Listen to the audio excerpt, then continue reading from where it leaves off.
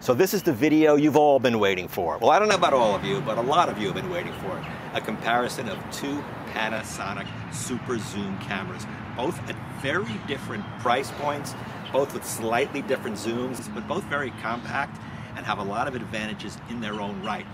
Panasonic has two compelling super zoom cameras in their lineup, the FZ2500 and the smaller, lighter, more compact FZ300, which I reviewed and was real surprised how well it did. But how well will it do against the larger FZ2500? We're going to look at both cameras from head to toe. We're going to look at the physical differences. We're also going to compare features, bells and whistles, the price, important too, and image quality for pictures and video. This is going to be a deep dive, so get ready. So why am I comparing these two cameras? Should I be comparing these two cameras? One has a 1-inch sensor, much larger than the sensor in the FZ300, which is the same size in your cell phone. One is much more expensive, but I am going to compare both these cameras because you may be considering which one to get. I mean, they're both under $1,000. Both have really nice zooms. I want to see, is the 2500 worth double the price of the FZ300? What are the advantages and disadvantages of both? And by the end of this video, I hope you'll be able to make a decision. Known as the FZ330 in Europe, the 300 was released in 2015 and replaces the FZ200. This newer model has 4K video and a few other improvements over the 200. The FZ300 retails for $500, but if you want to get it cheaper and you don't mind getting it secondhand, you can get a great deal on eBay or other secondary marketplace. And this is Panasonic's top super zoom, the FZ2500. Known as the FZ2000 in Europe, it's a little newer, released in 2016. There is an older model, the FZ1002, but the zoom isn't quite as long as the 2500. The 2500 retails for $1,000, effectively double the retail price of the FZ300. But both often go on sale, so expect on the street to pay about $300 to $400 more for the FZ2500. So let's get physical. So comparing the two side by side, the 2500 is clearly bigger, heftier, chunkier, weighs over 2 pounds compared to 1.5 pounds for the FZ300, but you definitely notice that difference in your hands or carrying it around with you for a long period. The FZ300 is an attractive camera, but it's a bit plasticky, whereas the 2500 has more metal with a composite material thrown in, and it also has a more substantial grip, so if you have bigger fingers you may appreciate that. The FZ300's viewfinder is small at 0.39 inches. It has a 0.7 times magnification. In addition to the viewfinder, it has a 1,000,000 fully articulating 3-inch screen, perfect for seeing yourself while you're recording if you want to vlog. The 2500 has a very similar 3-inch fully articulating screen, but the difference really is in the viewfinder. It's bigger with a higher magnification and you really can see the difference. Here's the 300, and when you go to the 2500 it's just bigger and brighter. But if you're going to use the rear screen a lot, they are very similar and both offer full touch controls. As soon as you turn the camera on with the 2500, the lens extends and it stays that way. It's an internal zooming lens, and you can customize zoom speeds and even make the zoom end gradually in the camera menu. The 300 zoom is actually longer at 600 millimeters and the lens does retract in and out.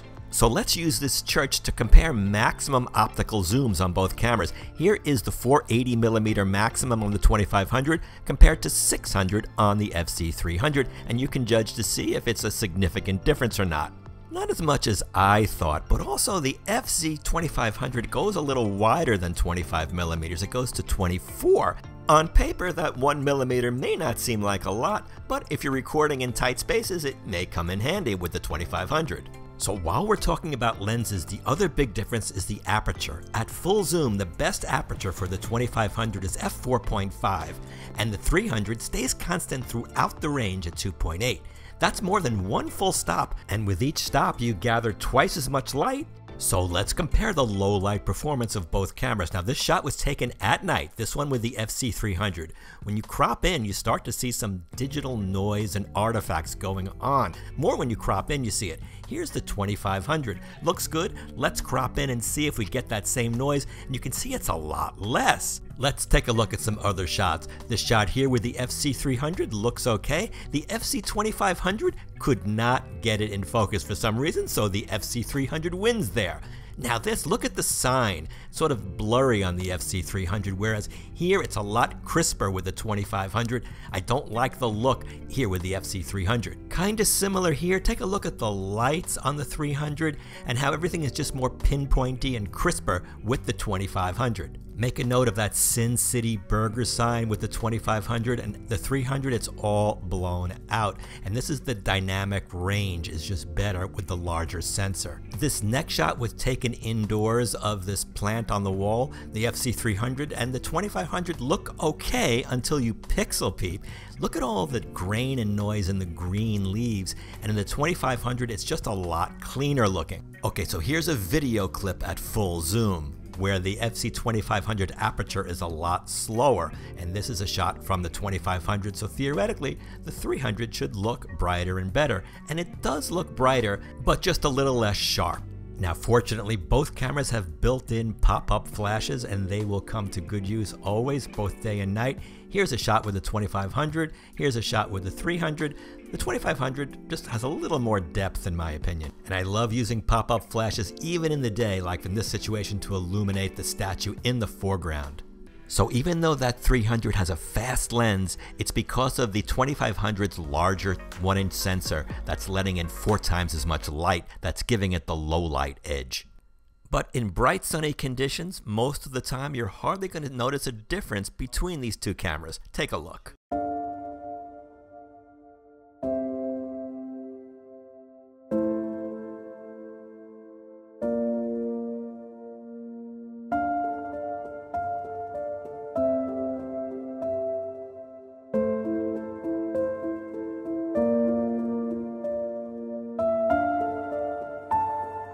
The 2500 will have an edge with dynamic range, so when lighting conditions get a little tough like here, the scene is exposing for the buildings but the sky gets a little blown out, and much more so on the FZ300.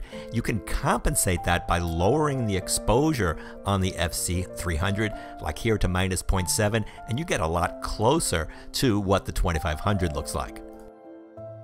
So that's the good news for the 2500. Here we are on St. Patrick's Day for the parade. I thought it would be a good way to test the camera. And in this section of the video, in addition to seeing the interesting St. Patrick's Day parade, you'll be able to see how these cameras compare against each other, taken with very similar scenes. But one thing I will tell you, with the 2500 in particular, a lot of times the images look a little softer than they should be, and I noticed this on another review I did when I compared it against the RX10 Mark IV. Wide angle seems okay. The 300, I don't notice that issue. It stays relatively sharp when you crop in, but here it's just a little soft, and it's almost as if the shutter speed isn't going fast enough. It should be at 1/125th of a second, especially when you combine that with the stabilization. Another issue, and this is true of both cameras, is the autofocus really struggles when subjects are moving towards the camera. If you see here, it's not locking on the face. Take a look at this scene here, and this is shot with the 300. It's a really nice scene, nice colors, but you keep getting those micro misses where the camera just momentarily loses focus, and it sort of ruins what would be a really nice scene. You even get background blur here as well. Now, I was at full zoom here, and you don't see this problem quite as much when you're in wide angle. But I warn you, even sometimes at wide angle, the cameras will mess up. Like, remember the intro I did at the beginning of this video? Whoops, I had that happen too. And these cameras, unfortunately, are using older autofocus technology called contrast-based autofocus, not the newer phase detect. So I want you to be aware of that. But if your subject isn't moving, and even if your camera is, the focus can be pretty good. Like for example here with this test, as I go from one to the other, and I'm sorry, I don't know what these are called. If you can put that in the comment section to help me, that would be helpful. But notice how the focus is actually working. part of what's helping is there's good contrast between the subject and the sky, so the camera easily picks up on it. So both the 300 and 2500 are doing a pretty good job in this particular test. So it's a little frustrating when you're shooting video. You just don't know when the focus is going to kick in right or when it's not going to kick in right. Like in this particular scene here with the 300, even though the subject is moving, it's not moving towards the camera. It did okay as that movement is in the lateral direction. And here, we're not zoomed in too tight, so the subjects are staying in focus here with the FZ300. Nice colors, nice video, good depiction of the scene. And here's a dog coming up really in the St. Paddy's Day spirit with that green tail.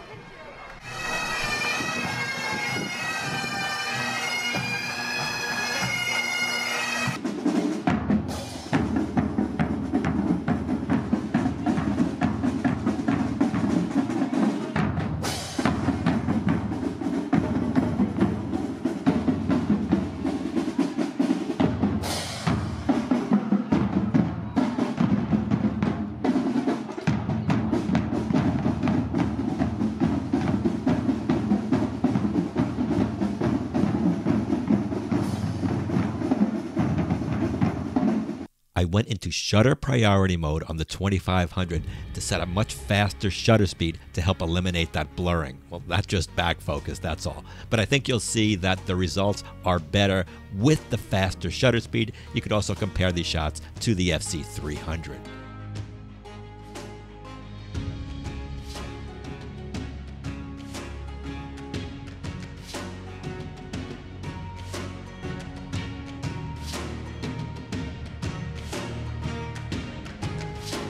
So this is St. Patrick's Cathedral in New York City on St. Patrick's Day, and this is a relatively low light scene, and in case you're a event videographer, you may want to see how the two cameras compare. It was pretty dark in here. Both cameras, I think, did a pretty good job. I know these scenes don't look very dark, but believe me, they were kind of dark.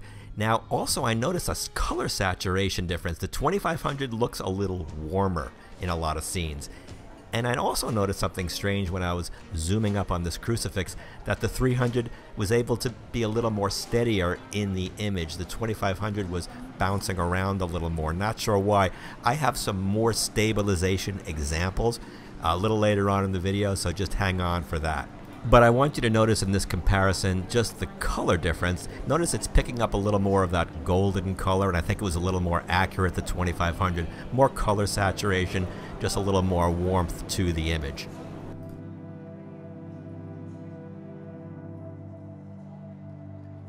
And even in the photos, you take a look and compare, you see the 300 is a little cooler, not as much saturation, but they both did very well in these low light settings. Now the 2500 offers a lot more video options than the 300 does. You have a lot more video codecs. It also has that built-in neutral density filter, and it also has some preset Cine-like settings. And this is the standard setting. And this is Cine-like D. Cine-like D. This is the Cine-like V setting.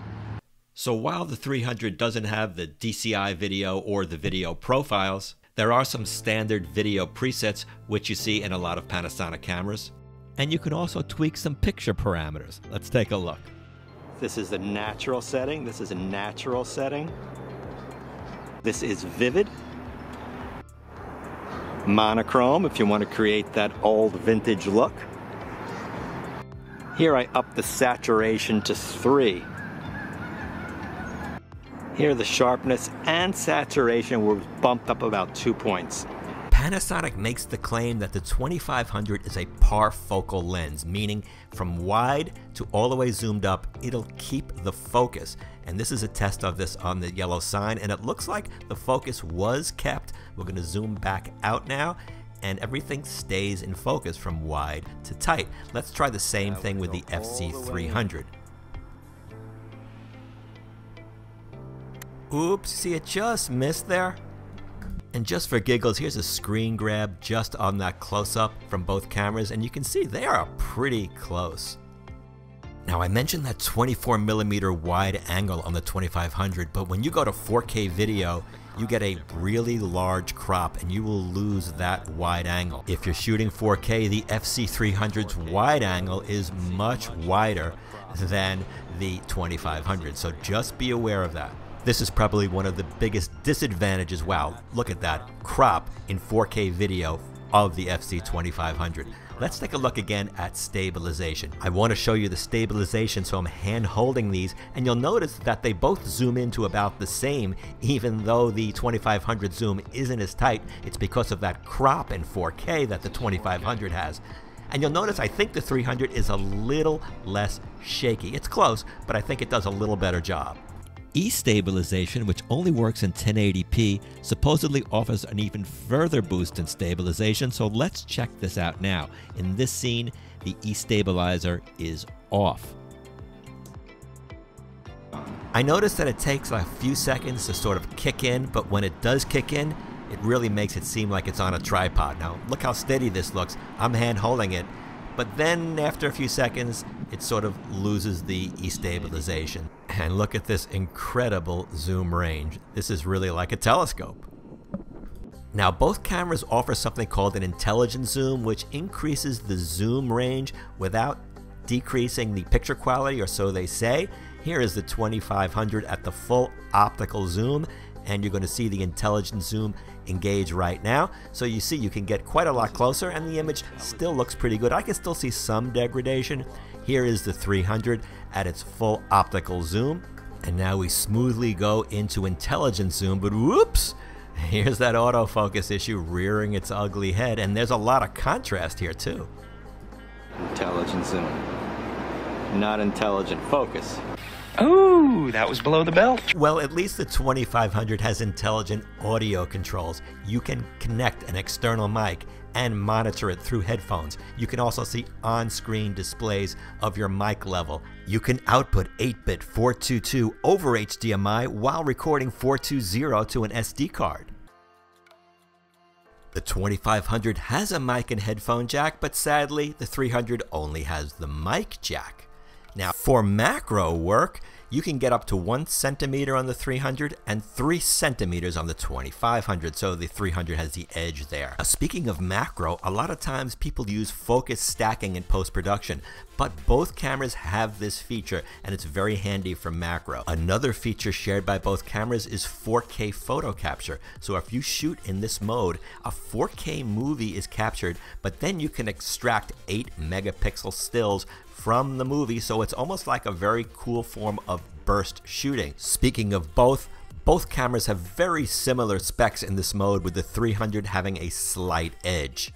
The 2500 has the edge in terms of ISO performance, maxing out at 25,600, but the 2500 has the unique built-in neutral density filter, which you can either set manually or set to auto. With this effect, you can get better depth of field outdoors, and a slower shutter speed can be used on the camera. I tested it out.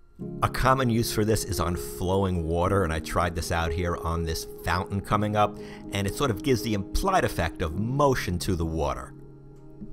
The 2500 has many professional video and audio adjustments. It really was designed for videographers in mind, with the HDMI and all the video controls. And if you're going to do any long-form video work like weddings, churches, or sports, there is no recording limit on the 2500. The 300 will stop recording after a half hour, so you'll have to press record again on the 300.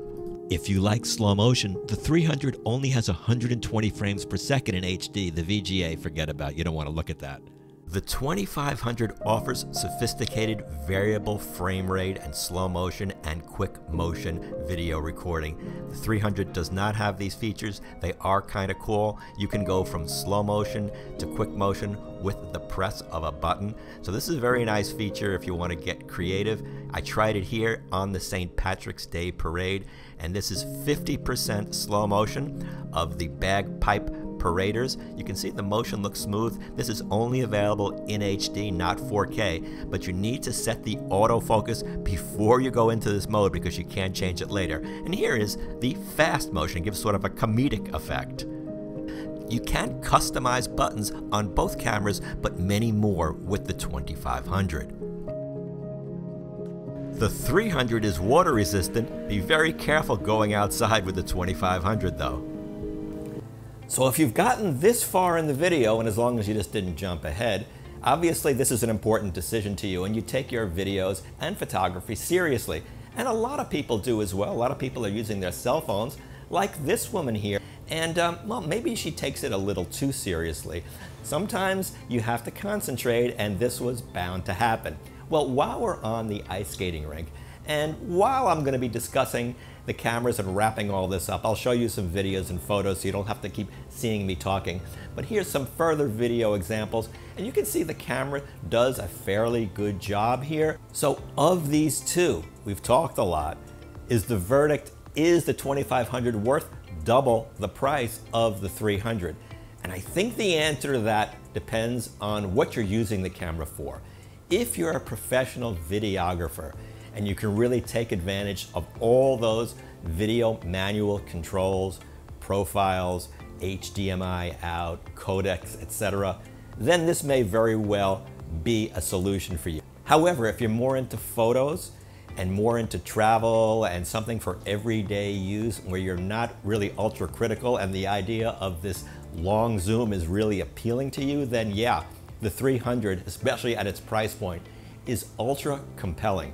Now this does have a smaller sensor, so there are some limitations to that, like in the dynamic range shots I showed you. There's going to be a little more grain, especially when you crop into your photos in low light situations. So if that doesn't bother you, if you can live with all that, then the 300 I really think might be the better option. If you're more of a nitpicker and you're going to be shooting in more challenging lighting conditions, then the 2500 may suit you better. So it really all depends on what your needs are. Both cameras have their pluses and minuses, but in this video I wanted to show you what they were and what you can expect to deal with. And I welcome your comments. If I missed anything or if you'd like to add anything to this, please do so. I do answer. There aren't that many super zoom cameras left. Do you think manufacturers like Sony and Panasonic and Canon are deciding to get them out of their line because they may hurt sales of their larger mirrorless cameras because you only need one lens and they want to sell multiple lenses? There are theories like that out there. I mean, the picture quality from these cameras are very good, and I've done a couple of comparison videos against full frame cameras, and I'll tell you, sometimes it's not so easy to tell. But regardless, if you want to get a bridge camera, super zoom camera, there's not that many left. So I wanted to share this video with you. I hope you enjoyed it. Please subscribe and like, it does help the channel. And I will see you in the next video.